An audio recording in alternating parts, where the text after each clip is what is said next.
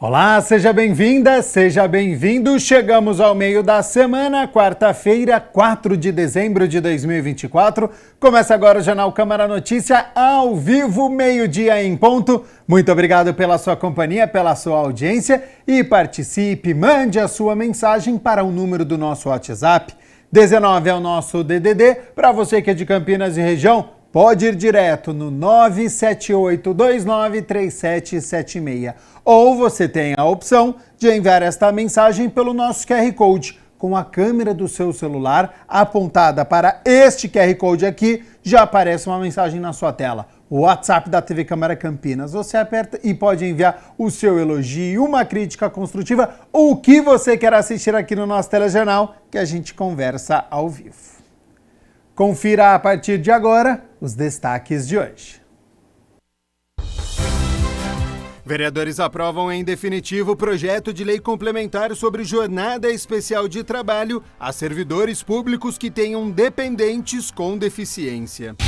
Vereador Paulo Búfalo solicita à Prefeitura a construção de ecoponto no Jardim Colúmbia. Operação Natal Seguro reforça a segurança dos consumidores neste período de compras. E o quadro Giro Ambiental aborda a produção do livro Poemas de Plásticos, feitos 100% de material reciclável.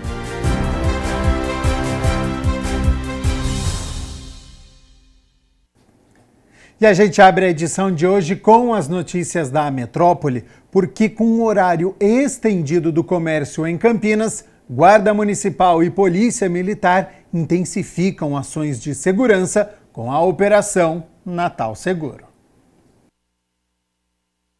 Visando dar mais segurança aos munícipes e comerciantes, a Guarda Municipal, a Polícia Militar e outras forças de segurança e de fiscalização de Campinas iniciaram na tarde desta última terça-feira a Operação Natal Seguro, reforçando o patrulhamento na região central da cidade. A ação, que vai até o dia 24 de dezembro, vai abranger todo o horário de abertura do comércio e será realizada em locais com grande fluxo de pessoas, terminais e pontos de ônibus. A gente concentra um maior número de policiais para essa região do centro, que é onde as pessoas vão estar efetivamente. A gente vai pegar o pessoal da administração para poder intensificar e a gente aumenta ainda assim o número de policiais no centro. A gente tem feito um trabalho intensivo aqui em Campinas, aqui no centro, com apoio da polícia, apoio fundamental da Polícia Civil, da Guarda Municipal. A gente tem um apoio da INDEC muito forte, os órgãos de fiscalização CETEC e CEMURB, que também ajudam nas fiscalizações aí dos estabelecimentos. Campinas é uma cidade privilegiada por essa integração que existe entre as suas forças de segurança. Então isso facilita muito o nosso trabalho e, claro, que entrega uma segurança melhor para o município. Da Guarda Municipal, nós temos aí uma mudança no nosso plano de emprego operacional para atender essas áreas de maior movimento, para atender o horário do comércio estendido. E a Guarda Municipal também faz o acompanhamento de todas as ações do Natal Caminhos dos Sonhos, que acontecem nas diferentes regiões da cidade. Então esse também é um trabalho nosso para garantir que as pessoas possam ter um dezembro tranquilo e um Natal em segurança. Além do patrulhamento ostensivo, os guardas municipais que ficam na Central Integrada de Monitoramento de Campinas estarão de olhos atentos para acompanhar a movimentação nas ruas. É fundamental. Tecnologia hoje é um grande aliado da segurança pública e o monitoramento auxilia muito, porque os nossos guardas que estão lá olhando pelas câmeras situações como aqui na 13 de maio ou em outros pontos da nossa cidade, conseguem acionar já de imediato, de pronto, a viatura que estiver mais próxima, orientado a respeito do que está acontecendo naquele local, identificar situações que precisam de uma ação imediata ou uma ação preventiva. Então, o monitoramento e outros equipamentos aliados da tecnologia são fundamentais para o nosso trabalho. Fundamental para a gente trazer segurança para a pessoa vir para o centro e se sentir segura, acima de tudo se sentir segura. Os nossos índices criminais estão todos diminuindo, aqui da região central, todos os índices criminais da região central vêm diminuindo, mas ainda assim a gente quer passar mais segurança para que o cidadão venha e frequente o centro da cidade. E olha só, a Prefeitura de Campinas mantém os 25 parques e bosques públicos da cidade fechados nesta quarta-feira. O índice de chuva acumulado nas últimas 72 horas é de 136 milímetros. A cidade continua em estado de atenção por causa do alto volume de chuvas. Como o solo já se encontra encharcado, o Poder Executivo, então, mantém atenção redobrada em áreas mais vulneráveis. Reforço aqui, hein? Em caso de alagamento, inundações e quedas de árvores, ligue 199. Para emergências de trânsito, 118 no 118. Para a situação de emergência, no 193. E para solicitar vistoria para a poda e ou extração de árvores, ligue no 156. Bom, a gente segue aqui com as notícias da metrópole de Campinas, porque a Ciesp Campinas apresentou a expectativa da indústria regional para 2025. A diretoria do Ciesp Campinas apresentou nesta terça-feira a última pesquisa do ano com um balanço da indústria regional para o ano de 2025. Não vou falar que é bastante crítica, mas é preocupante, porque a gente sabe, bom, primeiro que ajuste fiscal depende do princípio da anualidade. Não vai ser votado esse ano, então joga-se para 2026. Isso poderá ser modificado pelo Congresso ano que vem. Então a gente não sabe se realmente isso é o que vai acontecer. Mas a gente sabe que essas possíveis medidas, elas não são efetivamente, geradores de resultados positivos. Aparentemente geram resultado, mas não vão gerar, porque não há corte de gastos. Está apenas transferindo despesas. Dívida interna, excesso de gastos, alta do dólar. Esses são alguns dos principais obstáculos que impedem o crescimento e a lucratividade da indústria, segundo a Ciesp. Tem que ter uma vontade pública do governo querer fazer com que haja um crescimento. E ele não faz isso, ele faz o inverso. Aquilo que eu falei durante a nossa apresentação aqui, que nós estamos num navio e todo dia se fazem vários furos no casco do navio para entrar água e nós, empresários, associações de empresários, corremos para tapar 1, 2 ou 3. Os outros 10, 20 buracos continuam lá enchendo o casco do navio da economia para afundar. Fora as instituições como o Ciesp, que é sem fins lucrativos, elas têm um objeto social principal, a geração de lucro. Porque senão o empresário deixa de colocar o dinheiro dele ali e vai ficar no mercado financeiro, apostando aqui e ali no dólar. Então a lucratividade é o principal objeto social das indústrias, não só na região de Campinas, mas também no mundo inteiro. A situação provoca um aumento na importação de insumos que poderiam ser comprados no Brasil, mas a expectativa se mantém na busca por melhores resultados. Esses diversos buracos estão sendo feitos no navio, que eu não queira, se não tem a indústria com o baldinho jogando a água para fora, o barco afunda, né? Então ninguém quer afundar, mas por outro lado você tem que falar como é que eu consigo fazer a minha parte ser competitiva. Então você busca lá fora, que é algo até de certa forma entristecedor, né? Porque você fala, poderia estar comprando dentro do mercado nacional. Então essa é a grande característica do porquê esse aumento de volume de importação. Vamos com as notícias do Legislativo, porque na reunião ordinária de número 73, os vereadores aprovaram em definitivo o projeto de lei de autoria do Poder Executivo que concede jornada especial de trabalho aos servidores públicos da administração direta de Campinas que tenham pessoa com deficiência como dependente. Os vereadores de Campinas aprovaram com 6 votos contrários, na última reunião ordinária, em definitivo, o projeto de lei do Executivo que concede jornada especial de trabalho aos servidores públicos da administração direta do município que tenham pessoa com deficiência como dependentes. O líder do governo na Câmara, o vereador Paulo Haddad, falou sobre o assunto. É um projeto importante. Haja vista que houve um entendimento do Supremo Tribunal Federal que os servidores que têm sobre a sua responsabilidade pessoas com deficiências, ou portadores de deficiência, eles têm a prerrogativa, a oportunidade de ter redução na sua carga horária para que eles possam cuidar né, dos entes ou daquelas pessoas que estão sob a sua responsabilidade. A redução prevista foi estabelecida a partir de pesquisa e discussão entre as partes envolvidas. É um projeto que também ele foi discutido com as diversas secretarias, principalmente aquelas secretarias que seriam mais impactadas, saúde e educação, para que chegasse num percentual que contemplasse e não colocasse em risco também o atendimento e a qualidade do ensino das nossas crianças. O percentual são 16,6% da carga horária. Então isso é linear, desde aquele servidor que tem uma carga horária de 40 horas semanais até aquele que tem 12 horas semanais. Então é linear, né? O percentual é aplicado igualmente a todos os servidores que tenham aí a sua carga horária estabelecida pelo contrato de trabalho. A proposta agora segue para a sanção do prefeito, de maneira a se tornar lei municipal. Esse projeto a partir do ano que vem. Então, o prefeito tem um período, uma data, né, um limite de dias para sancionar isso, com certeza, no ano que vem, já no começo do ano, a gente terá esse projeto implantado, toda a sua regulamentação na realidade, o prefeito sanciona, tem que regulamentar e depois colocar em prática. A Comissão Permanente de Administração Pública se reuniu pela 10ª vez neste ano e deu parecer favorável a um projeto de lei de autoria do presidente da Câmara, o vereador Luiz Rossini. Acompanhe como foi.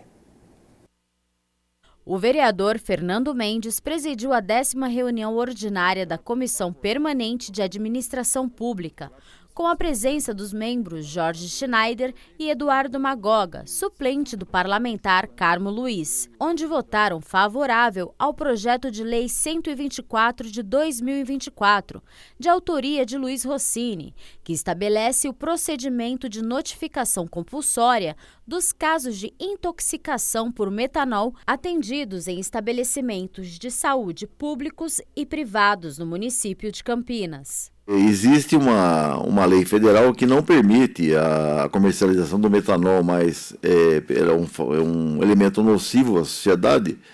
E quando acontecer de aparecer alguém contaminado, porque isso aí se utilizar é contaminado mesmo, isso aí leva até a morte, a unidade hospitalar, a unidade médica é obrigada a notificar a polícia para saber de onde tem vindo.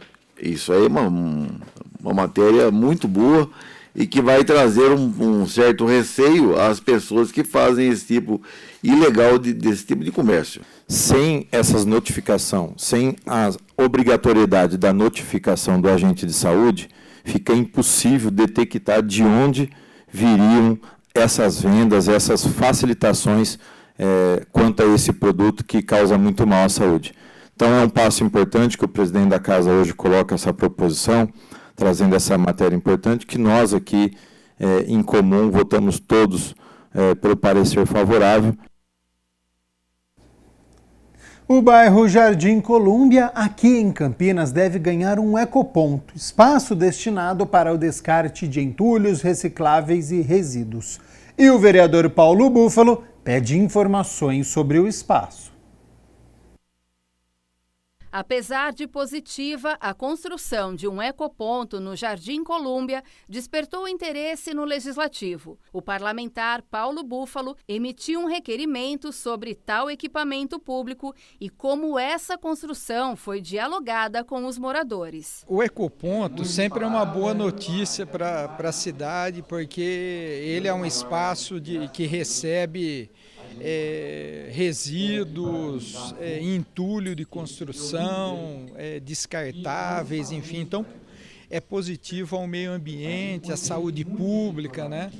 Mas sempre as obras que elas, do poder público, quando elas têm início sem um diálogo com a comunidade, acaba gerando uma comoção, uma estranheza. O vereador comenta que a comunidade local previa outras construções para aquele espaço. Esse é o caso, né? Então o ecoponto começou a ser construído ali na entrada do Jardim Colúmbia, perto da comunidade Menino Chorão, e a comunidade tem uma expectativa, inclusive cuida daquela área, uma área que é utilizada para o lazer, ali numa parte dela, mas eles cuidam, preservam aquela área vislumbrando ali uma escola, uma unidade de saúde, e aí chega o ecoponto lá sem eles terem informações. Dessa forma, o parlamentar então solicita informações. O que nós estamos pedindo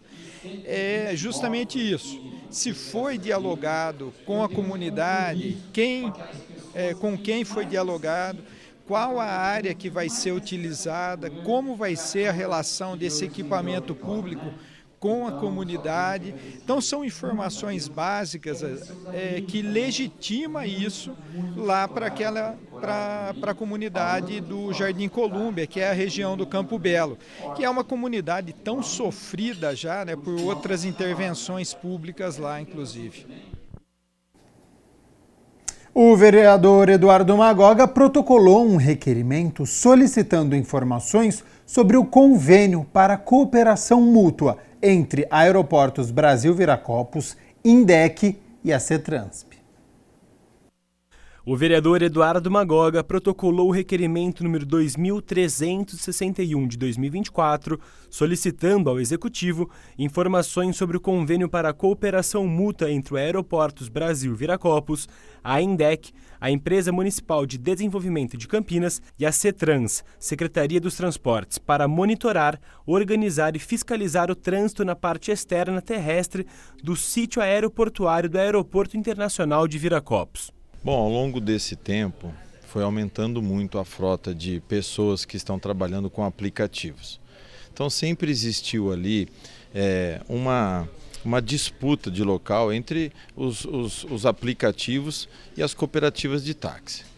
Então a gente sempre veio trabalhando com leis e com proposta para tentar regulamentar e fazer com que isso funcionasse com harmonia entre as duas categorias, que são categorias que empregam, que geram rendas nas famílias. Só que agora surgiu o clandestino, aquele que não está nem no aplicativo e nem na cooperativa. E esses clandestinos, eles ficam abordando passageiros lá. Já tramita nessa casa aqui uma proposta de lei de minha autoria que vem fazer a fiscalização desses clandestinos. Porém, a gente sabe que já existiu no passado um convênio entre o Aeroportos Brasil e a INDEC, para que os agentes pudessem ampliar essa fiscalização lá no local. Porém, a gente não está vendo uma efetividade em todo o período, porque é de acordo com o que chegam os passageiros que se ampliam esses clandestinos lá. Então, quero ter informações sobre este contrato para que a gente possa também participar e ampliar e tentar levar uma resposta para as cooperativas de aplicativo e as cooperativas de táxi. De acordo com o documento, o vereador solicita informações referentes ao contrato do convênio, como, por exemplo, o prazo de validade e também como é feita a fiscalização na parte externa do Aeroporto Internacional de Viracopos. E é isso que o projeto de lei de minha autoria que tramita na casa ele vai trazer. Que a pessoa que pega um transporte aplicativo, ela coloca a vida dela em risco, porque ela entra dentro de um carro que não é cadastrado, não tem informações sobre o condutor, mas ela é abordada ali. E é exatamente este ponto, que tem que entrar neste convênio uma parceria onde a gente possa ter a presença também da Guarda Municipal de Campinas e mais fiscalizações da INDEC para que esses clandestinos não cheguem lá e atrapalhem aí, a boa convivência que tem hoje entre a cooperativa de Uber e as cooperativas de táxi. Hoje é quarta-feira, dia da reunião ordinária de número 74. A partir das 6 horas da tarde, os vereadores vão se reunir para discutir e votar 7 projetos. Entre eles está em análise inicial o projeto de lei de autoria do vereador Major Jaime, que reconhece o risco da atividade profissional de vigilante particular e a efetiva necessidade do porte de arma de fogo a todos os vigilantes integrantes de empresas de segurança privada legalmente constituídas. Para conferir todos os projetos que serão discutidos e votados, é só acessar o site da Câmara no campinas.sp.leg.br.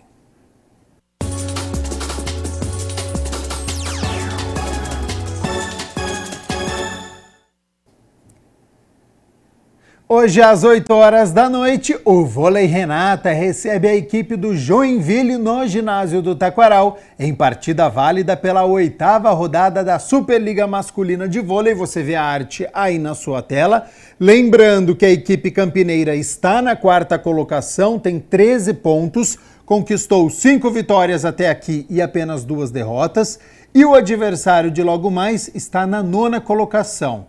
3 vitórias e 4 derrotas, favoritismo com a equipe de Campinas e claro que amanhã a gente conta a história desta partida. Ingressos já foram esgotados em menos de 30 minutos. Bom, meio-dia mais 20 minutos, a gente segue aqui com o Jornal Câmara Notícia. Agora, um livro de poemas sobre sustentabilidade, poemas plásticos. É o primeiro livro impresso em plástico reciclado. Projeto que o autor Pedro Tancini vai apresentar para a gente a partir de agora. É o Giro Ambiental na sua tela.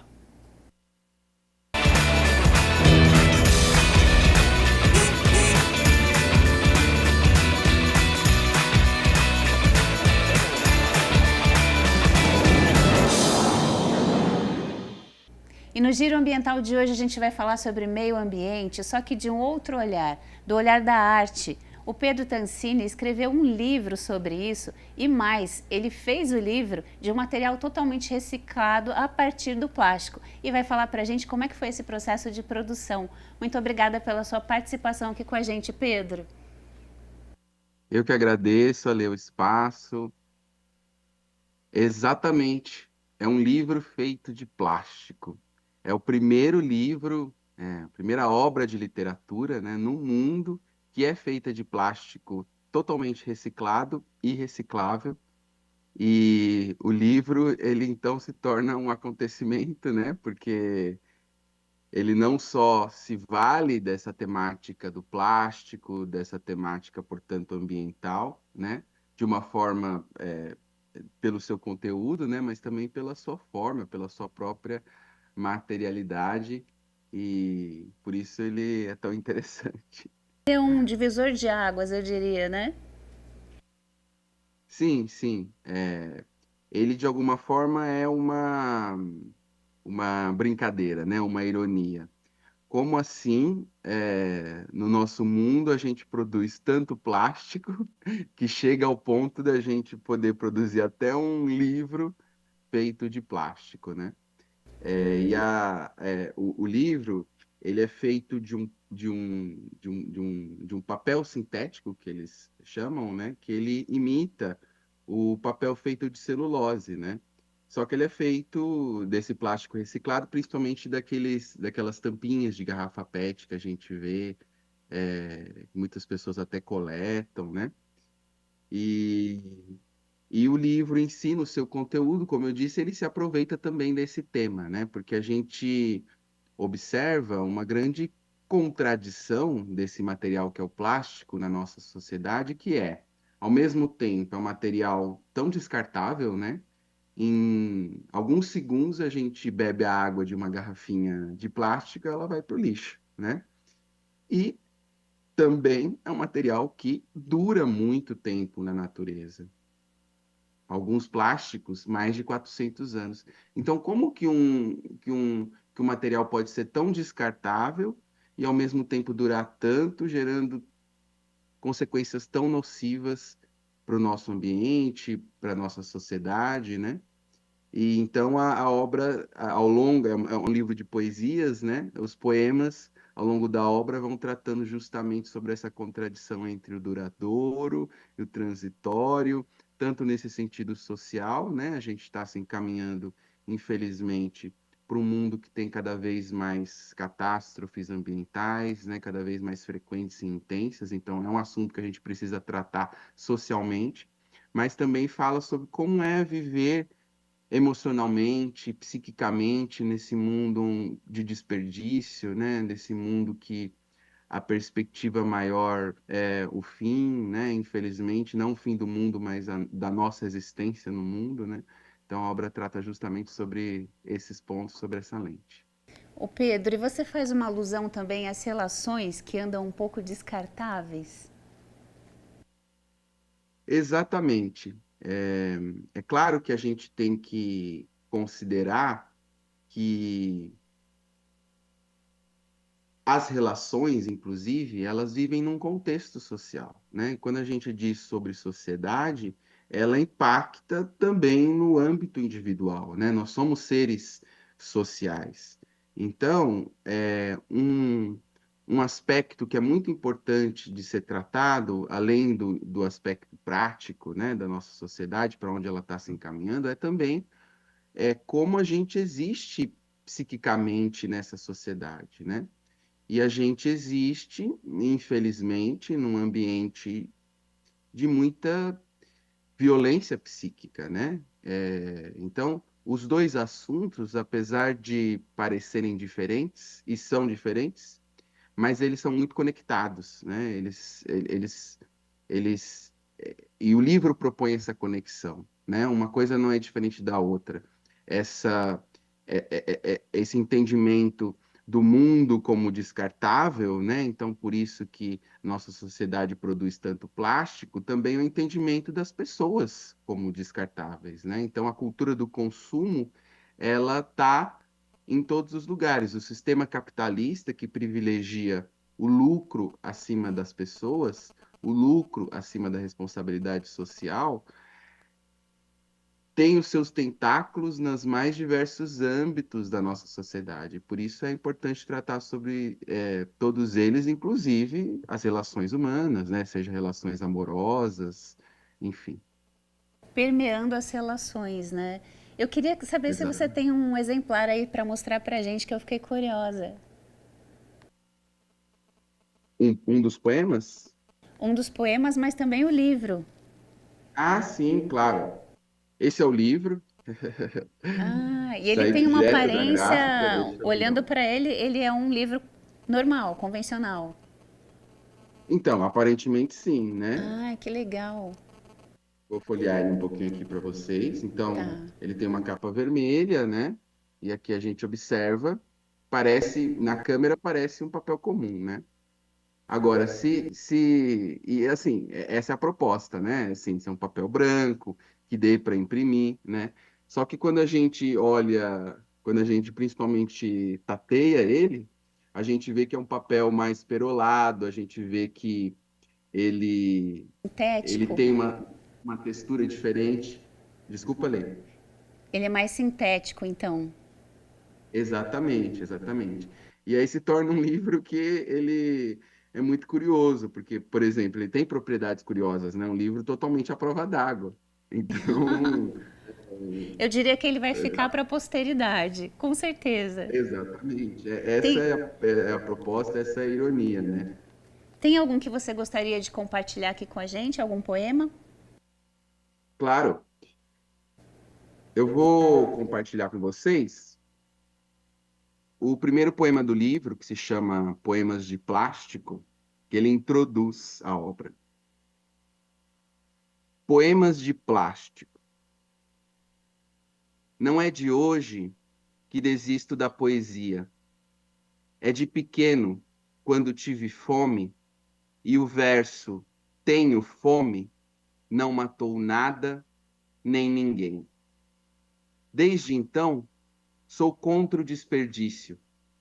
Faço xixi no chuveiro, aproveito as cascas dos alimentos e, vez ou outra, vazo poemas como este, inúteis, descartáveis, poemas de plástico. Por isso, pegue esta folha, faça um avião, enfie no olho deles. A segunda folha, grampeie. Os grampos darão peso, amasse, arremesse, faça fogo. Fogo, nesta ilha escura, dominada por monstros, é só dele que precisa, enquanto cata garrafas e joga cartas ao mar. Esta é a minha. É um grito, né? É um poema meio um grito da alma. Exatamente. Essa é a proposta não só do Poemas de Plástico e do meu trabalho, né? Já há alguns anos, ao longo da minha carreira, eu faço justamente essa pesquisa sobre o sistema capitalista, sobre as consequências do sistema capitalista nas nossas sociedades, né? Então, de alguma forma, os meus textos, inclusive os poemas, eles são esses gritos, né? Eu não vou muito para o lugar das flores, nem dos rios, né? A gente vive num mundo que a gente precisa endereçar essas violências que são feitas tanto ao nosso ambiente quanto a nós como sociedade, né? E a obra, ela justamente se coloca para ser essa voz. Acho que esse é o papel da arte também, né? Que tem um lugar que conecta toda a humanidade, né? Quando você fala só de uma coisa bonita, porque tem uma beleza nisso que você está dizendo, né? É do lugar da beleza que você fala, tem alguma coisa errada acontecendo, né? Então, acho que a arte é fundamental também para a sensibilização nesse sentido, né, Pedro? Exatamente, eu encontro a beleza no que você acabou de descrever, né? Em como que a gente pode olhar para esse mundo com esses problemas tão grandes, às vezes parece que impossíveis, né, de serem solucionados, e como que a gente transforma isso em arte, portanto, em comunicação, né? Aí a gente já está fazendo um grande trabalho, né? Porque a gente vive, por exemplo, num mundo que é cada vez mais depressivo, por exemplo, né? A gente está vivendo uma epidemia de depressão, né? Uma epidemia de ansiedade, né? Que parece às vezes um pouco invisível, mas a gente sabe dos nossos amigos, a gente sabe dessa nova geração, né, que está cada vez mais doente nesse aspecto. Então, a arte, ela, de alguma forma, é um caminho para a gente contrapor esses sentimentos também, porque ela consegue simbolizar essas angústias do nosso tempo, que não são poucas, né? E permite que a gente olhe as questões de uma forma mais completa, de uma forma mais aprofundada, de uma forma sensível e se organize a partir delas. Esse é o objetivo do livro e também da minha carreira como um todo. Muito legal, Pedro. Eu acho que é bem isso, né? Aquilo que a gente faz com a natureza, na verdade, a gente está fazendo com a gente, né? Não existe meio ambiente, é uma coisa só, né? Então, um mar de lixo, um mar de coisas descartáveis, quanto lixo que a gente acumula todos os dias, né? Na nossa mente, no nosso dia a dia, quanta higiene precisa ser feita em todos os sentidos, né? Exatamente. E, infelizmente, a gente está falando de uma questão que ela é estrutural, né? Então, é, há também uma angústia enorme de se responsabilizar individualmente por uma questão que é social, né? Claro que é importante você reciclar, é importante você ter um consumo consciente, né? Mas, infelizmente, o nosso problema, ele vem de um sistema, né? Ele vem de uma estrutura. Então, se todo mundo, ó, no mundo maravilhoso e real, por exemplo, de que todo mundo reciclasse o seu plástico, mesmo assim, seria irrelevante perto do quanto a indústria produz de plástico, não a cada dia, não a cada hora, mas a cada minuto, cada segundo, né? Por que a indústria produz tanto plástico assim, sabendo que é um produto tão nocivo para nós? Porque ele é muito barato, é um material muito barato. Agora, o que precisa vir antes? O lucro das grandes indústrias ou a responsabilidade social? Né? No sistema que a gente vive, que é o sistema capitalista, infelizmente é sempre o lucro que vai vir antes, né? Então a gente precisa repensar essa ordem dos valores, né, para que a gente consiga ter um sistema em que a gente consiga viver com saúde, que a gente tenha uma perspectiva de futuro, de existência no planeta Terra, inclusive, né? Quem se interessou pelo livro, pelo meu trabalho, é só me seguir nas redes sociais, @Pedro Tancini, é o meu Instagram. E lá a gente divulga tudo, inclusive o link de vendas do livro. E eu também preciso mencionar que o livro só foi possível pelo apoio do governo do estado de São Paulo. Ele é produto de um projeto aprovado pelo PROAC de literatura. Então, também existe esse patrocínio, né, do Estado, e diz também como é importante que a gente tenha essas políticas públicas para fazer arte, continuar fazendo arte com cada vez mais qualidade e relevância. Com certeza, Pedro. Muito obrigada pela sua participação. Parabéns pelo trabalho. Estou curiosa, vou lá te seguir. Muito obrigada. Muito obrigado, Alê. Muito obrigado a quem nos assistiu. Um grande abraço a todos. E para você que nos assiste, continue com a gente, porque agora é hora daquele giro ambiental pelas curiosidades do Brasil e do mundo. Projeto torna chifres de rinocerontes radioativos para frear a caça predatória. Uma equipe de ambientalistas criou uma solução para conter a caça predatória no orfanato de rinocerontes do Limpopo, na região de Waterberg, nordeste da África do Sul. A técnica consiste em adicionar material radioativo aos chifres dos animais, partes que são muito cobiçadas no mercado ilegal por suas supostas propriedades medicinais. A equipe do projeto Rhizotop explica que os radioisótopos aplicados nos rinocerontes foram dosados de forma que a sua radiação não prejudique a saúde dos bichos. Porém, a quantidade é suficiente para se tornar tóxica para os seres humanos, o que inviabiliza sua venda para posterior consumo com fins medicinais.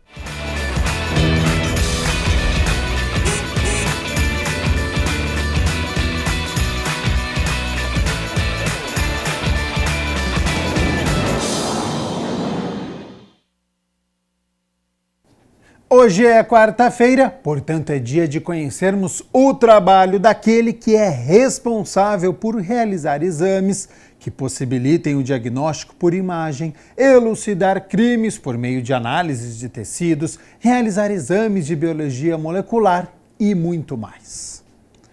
Sobre o biomédico, se liga na profissão.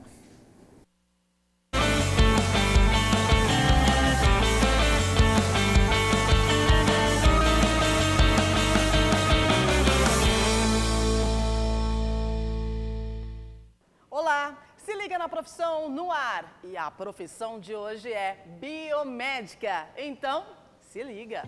A história da biomedicina no Brasil começou em 1966, quando a Escola Paulista de Medicina, a atual Unifesp, ofertou o primeiro curso intitulado Ciências Biológicas. Além disso, por volta de 1950, já se discutia as ideias do curso, que antes recebia o nome de Ciências Biomédicas. Naquela época, o objetivo era formar profissionais para atuarem como docentes nos cursos de medicina e de odontologia, mas também como pesquisadores. A partir de 1966, outras instituições, como a Universidade do Estado do Rio de Janeiro, a Universidade Federal de Pernambuco, a Faculdade de Medicina de Ribeirão Preto e a Faculdade de Ciências Médicas e Biológicas de Botucatu, começaram a ofertar o curso. Em 1979, a profissão foi regulamentada através da Lei Federal 6.684. Isso representou um marco significativo, pois definiu as atribuições e responsabilidades dos biomédicos no campo da saúde. A partir da regulamentação da profissão, a biomedicina experimentou um crescimento significativo no Brasil. Biomédicos passaram a desempenhar um papel fundamental em áreas como análises clínicas, diagnósticos por imagem, pesquisa e saúde pública. Novos campos de atuação foram explorados, expandindo ainda mais as possibilidades de carreira para os profissionais da área. No século XXI, a biomedicina continua a se desenvolver e se adaptar às demandas em constante evolução da área da saúde. Biomédicos desempenham um papel crucial na pesquisa de novas tecnologias de diagnóstico, na implementação de tecnologias avançadas em laboratórios clínicos e no aprimoramento dos cuidados de saúde em todo o país. Muito bem, e para falarmos sobre a profissão de biomédica, nós estamos com uma biomédica, Ana Beatriz Rossetti Santos. Seja muito bem-vinda no Se Liga na Profissão. É uma alegria recebê-los aqui para conversarmos um pouco sobre a profissão do biomédico. Muito bem. Então conta pra gente, o que faz um biomédico hoje? O biomédico ele é um profissional dinâmico, versátil, né, polivalente, e ele pode atuar em várias áreas, né? O cenário do biomédico ele é muito amplo. Ele pode atuar na área de análises clínicas, que é a parte de laboratório, vários diagnósticos nós podemos fazer, né? Mas muitas pessoas acham que o biomédico ele só trabalha na área de análises clínicas, mas ele pode trabalhar também em outras áreas que abrangem, né, a profissão. Reprodução humana assistida, a parte de biologia molecular, a gente tem a parte de citologia, a parte de prevenção, sanitarismo, né? A parte de perícia. Então, é uma área bastante ampla que o biomédico pode atuar. A gente trabalha com prevenção, a gente trabalha com promoção de saúde, com educação, ciência, pesquisa. Então, é uma área que ela traz bastante satisfação pessoal e ajuda bastante a comunidade, né? Trazendo bastante saúde e bem-estar. Nossa, né? São várias vertentes, né? Eu gostaria que você citasse pra gente áreas de atuação. Igual, uma biomédica que trabalha em uma farmácia, faz o quê? Ela pode trabalhar em farmácia, laboratório, onde mais? Uma clínica de estética também? Claro. Então, são vários cenários onde o biomédico atua. Desde hospitais, laboratórios, clínicas, grandes instituições de pesquisa, né? Porque é o que eu falei, o biomédico ele não trabalha só com a parte de diagnóstico, né? E desenvolvimento de terapias e medicamentos. Ele trabalha também com ciência e pesquisa. Então, você vai encontrar o biomédico em vários ambientes de trabalho, desde a área de diagnóstico, que abrange hospital, clínica, até a área de ciência e pesquisa, que são grandes instituições de ensino, né? Então, a gente tem estética, por exemplo, na área de farmácia, o que ele poderia fazer? Auxiliar a desenvolver novas terapias, novos medicamentos, né? Na área de oncologia, por exemplo, identificação de novos marcadores que estão associados, né, à doença, permitindo um diagnóstico mais rápido, né, que vai auxiliar bastante o paciente na hora de ter um resultado mais satisfatório. Então, são esses os ambientes onde o biomédico ele atua. Olha só que legal, né? E qual é o desafio aí da sua profissão? O principal desafio para biomédicos, né, que eu acredito que seja também um desafio para outras, né, profissões, é o avanço tecnológico e científico. Então, nós estamos avançando a passos largos. Então, eu acho que o que é importante hoje em dia é todo profissional, inclusive o biomédico, acompanhar toda essa evolução científica e tecnológica para que a gente possa acompanhar e usar as ferramentas que estão sendo disponibilizadas, né? Nós sabemos que hoje nós temos a inteligência artificial associada a várias áreas, não só a área de saúde, mas a outras áreas, e a gente tem que acompanhar isso. Então, o desafio para a gente, que eu acho que é uma coisa positiva, favorável, é estar sempre muito atualizado, né, para acompanhar esse avanço. Um outro desafio que eu acho importante da área biomédica é a grande diversidade de áreas, de especialidades. Então, quando o profissional ele sai da graduação e ele vai escolher uma área, torna-se um pouco desafiante escolher qual que será a minha área de atuação, né, que eu quero realmente trabalhar. Isso é um desafio. E também o mercado é muito competitivo. Então, aquele profissional biomédico, ele tem que realmente investir na sua qualificação para que ele consiga, né, ser um profissional de destaque. Então, eu acho que aí são os principais desafios da área. Muito bem. Você fala da biomedicina com um sorriso no rosto e uma satisfação muito grande, a gente percebe. Você é biomédica há quanto tempo? Sim, eu sou biomédica, eu formei em 1996, né? E sempre gostei, sempre fui apaixonada, né? A área de biomedicina ela é fascinante.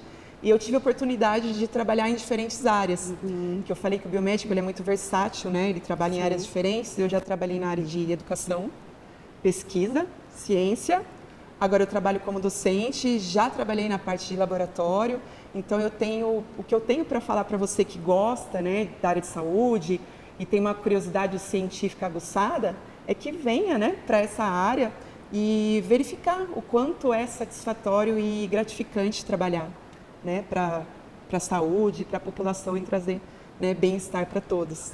Ana Beatriz Rossetti Santos, biomédica, que legal. Prazer receber você, contar um pouquinho sobre essa profissão, que eu já estou apaixonada por ela só de ver o jeito que você fala. É uma alegria, é simplesmente fascinante. Eu falo que a pessoa que gosta dessa área, ela é bem-vinda aqui na nossa instituição, né?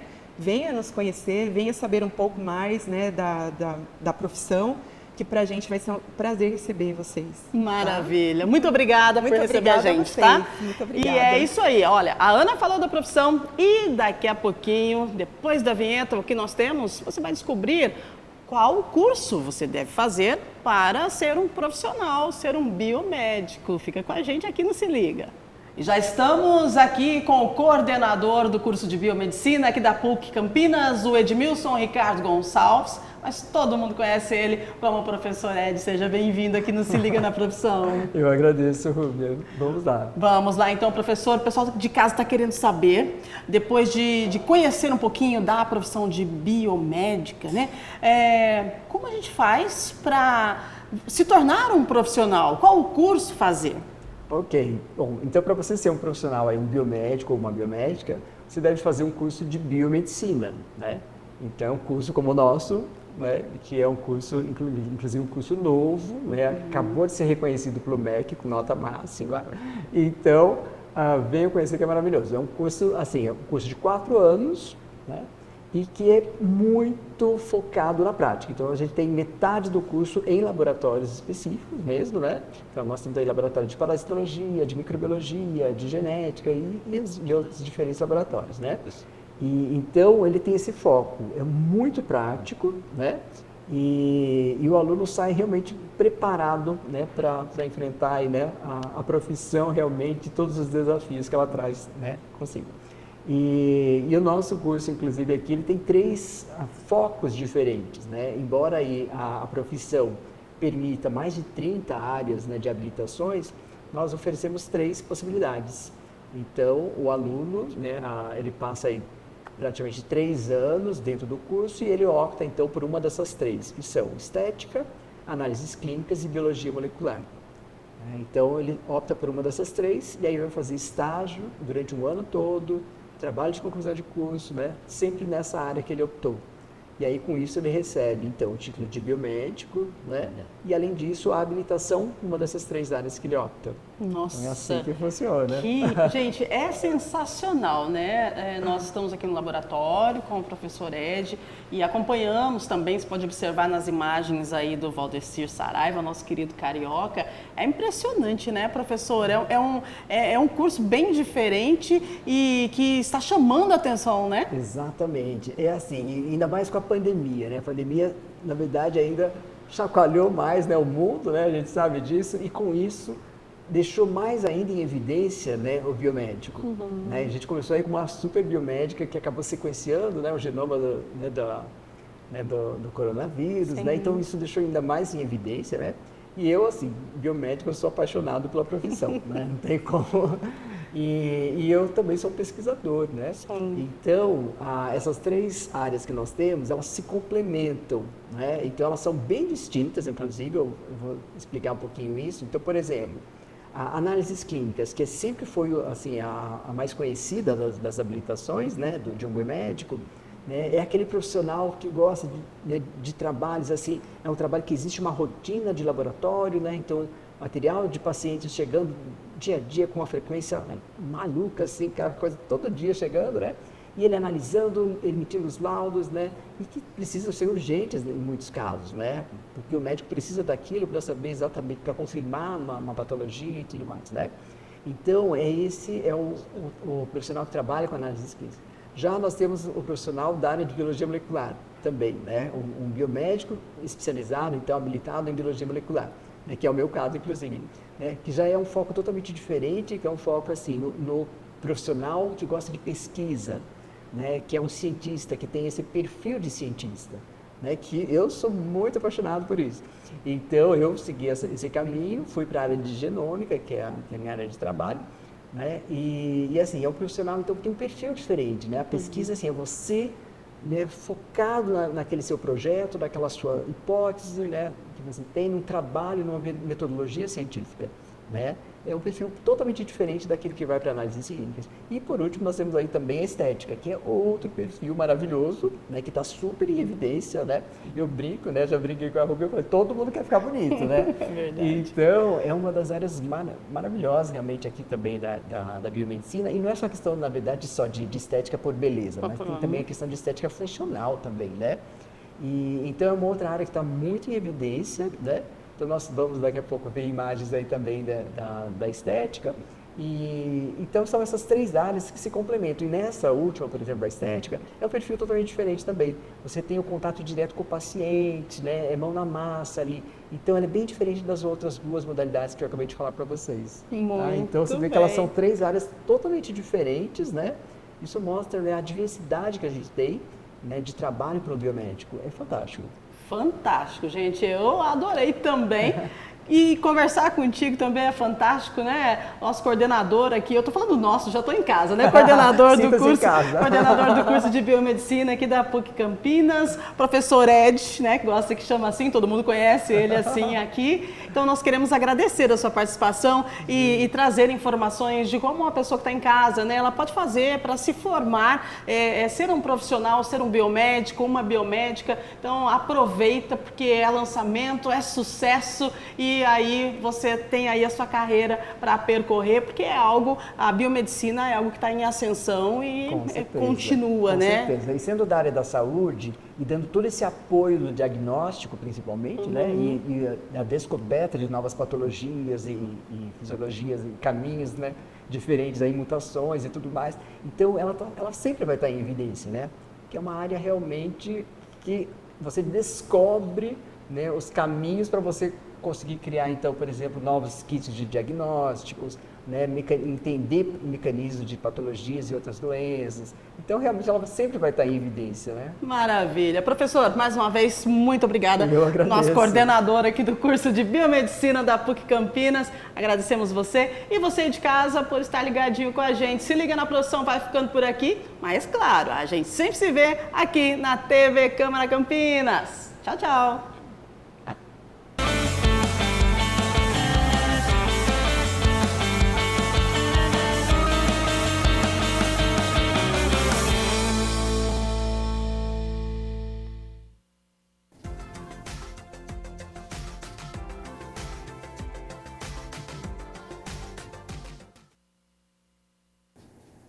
Hoje a chuva deu uma trégua aqui em Campinas, nebulosidade ainda em alta, com o sol tentando aparecer.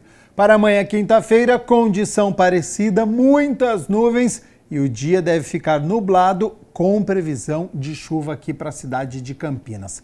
Vamos às temperaturas, porque elas sobem em relação a hoje, já estão aqui na minha tela. 5 de dezembro, quinta-feira, mínima de 21 graus. Ao longo do dia a temperatura sobe, podendo chegar aos 28 aqui na cidade. O Jornal Câmara Notícia fica por aqui. Muito obrigado pela sua companhia, pela sua audiência. Continue na nossa programação e nos vemos amanhã na quinta-feira ao meio-dia ao vivo. Te espero até lá. Tchau, tchau.